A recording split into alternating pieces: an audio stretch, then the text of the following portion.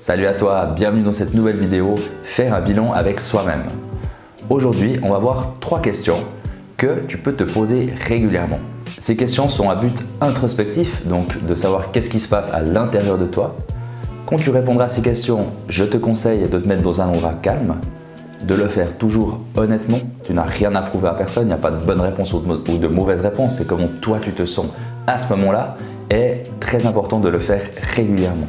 Essaye par exemple chaque dimanche de prendre une demi-heure de ton temps pour répondre à ces questions. Si tu le fais régulièrement, tu pourras avoir une évolution ou voir si justement certaines choses ne changent pas et tu sauras où axer ton travail introspectif. La première question que tu pourras répondre aujourd'hui est: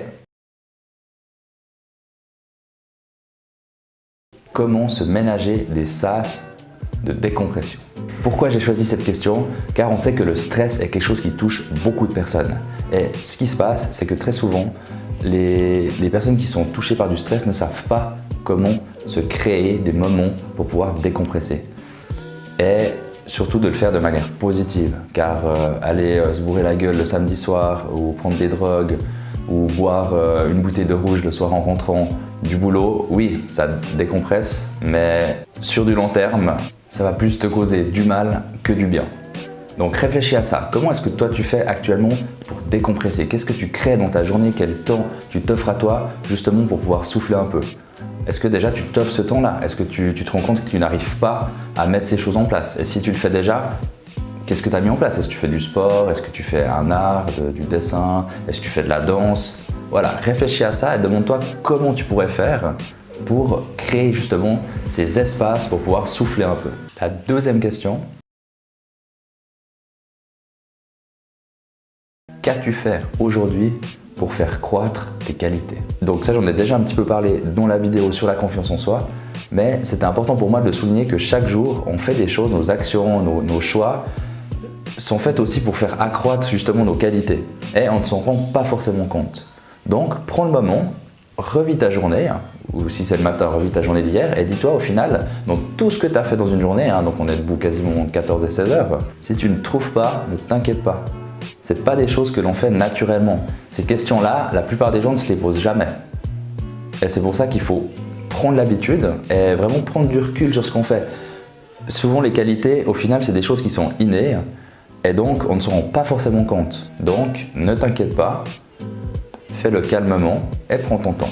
Et la dernière question est: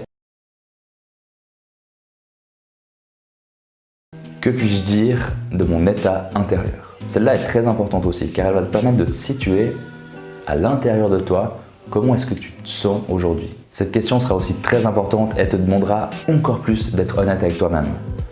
Tu vas regarder au final comment toi-même à l'intérieur tu te sens au jour d'aujourd'hui. Note tout ce qui te passe par l'esprit. Tes doutes, tes craintes, tes réussites, les choses dont tu es fier en ce moment, les choses dont tu aimerais changer. Et ça te permettra de faire un bilan justement de comment ton toi intérieur se sent. Voilà, comme je te l'ai dit au début de cette vidéo, je t'invite vraiment à le faire régulièrement. Essaye de le faire toutes les semaines ou alors tous les mois. Et tu verras que sur le long terme, ça sera super pour toi de voir l'évolution que tu as fait. Et ça te permettra d'avoir une vision aussi beaucoup plus claire de comment tu te sens en ce moment. D'autant plus, tu n'as besoin de personne pour faire ça, juste de toi, une feuille de papier, un crayon.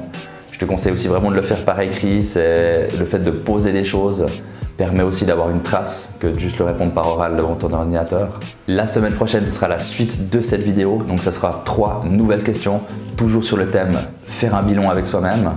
D'ici là, j'espère vraiment que tu arriveras à prendre le temps pour répondre à ces 3 questions.